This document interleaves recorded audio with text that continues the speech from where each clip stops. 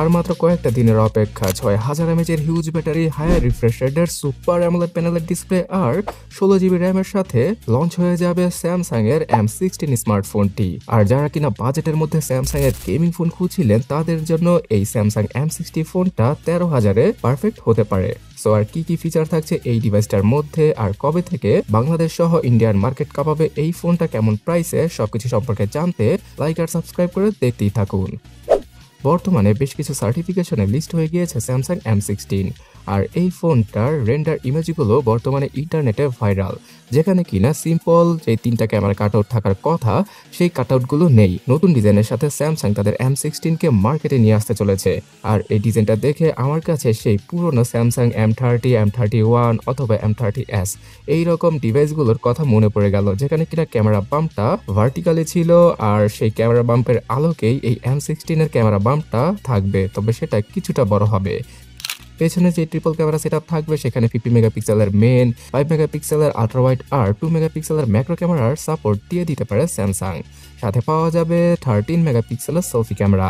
Front এবং back দুইটা camera দ্বারাই 1080p-তে ভিডিও রেকর্ড করা পসিবল হবে, তবে পেছনের ক্যামেরাতে 60 fps পর্যন্ত আমরা ভিডিও রেকর্ড করতে পারবো। আর স্লো মোশন, নাইট মোড সহ এআই রিলেটেড ক্যামেরা অ্যাপের মধ্যে বেশ কিছু ফিচার থাকবে এই বাজেট ক্যাটাগরির স্মার্টফোনটায়। ফোনটার ফ্রন্টে এবার V9 ইউ শেপের নচকে দেখা যেতে পারে আর এই শেপের নচগুলোকে আমরা পুরনো স্যামসাং এর M30, M30s এই ধাপের ফোনগুলোতে দেখেছিলাম।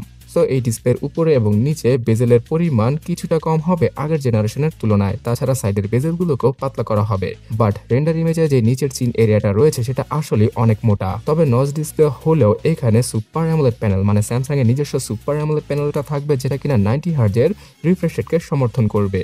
আর স্যামসাং এর সুপার অ্যামোলেড প্যানেলটা যে কি কোয়ালিটি দিতে পারে সেটা হয়তো যারা কিনা স্যামসাং এর ফোন ইউজ করেছেন তারাই ভালো বলতে পারবেন। ফুল এইচডি প্লাস রেজলিউশনের সাথে আসা স্যামসাং এর এই ফোনটার ডিসপ্লেতে হয়তো HDR কন্টেন্টগুলো দেখা যেতে পারে।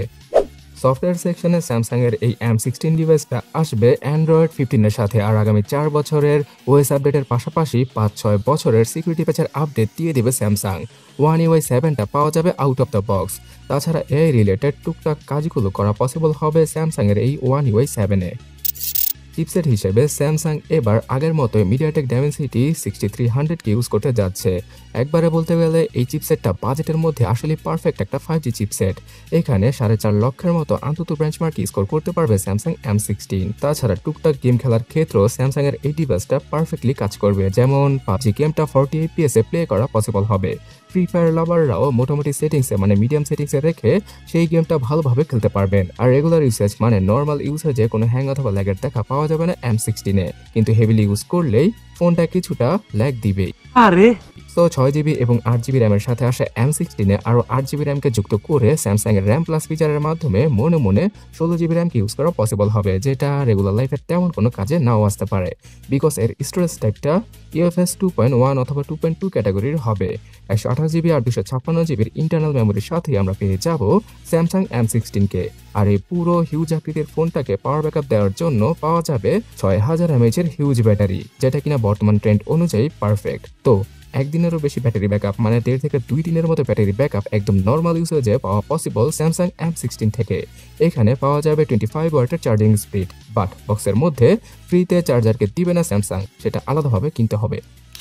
সো গাইস, আগামী বছরের জানুয়ারি মাসেই স্যামসাং এর M16 ফোনটা ইন্ডিয়ান মার্কেটে সর্বপ্রথম চলে আসবে শুধুমাত্র 13 থেকে 15,000 রুপিতে, মানে 6GB র্যামের ভেরিয়েন্টটা 13,000 আর 8GB র্যামের ভেরিয়েন্টটা 15,000 রুপিতে পাওয়া যেতে পারে। সো বাংলাদেশের মার্কেটে আমরা 20,000 টাকার নিচেই এই ফোনটাকে পেতে চলেছি, তাও আবার আনঅফিসিয়াল ভাবে, বিকজ অফিসিয়াল ভাবে আসলে তো এই ডিভাইসটার প্রাইস 30,000 টাকার উপরেই চলে যাবে।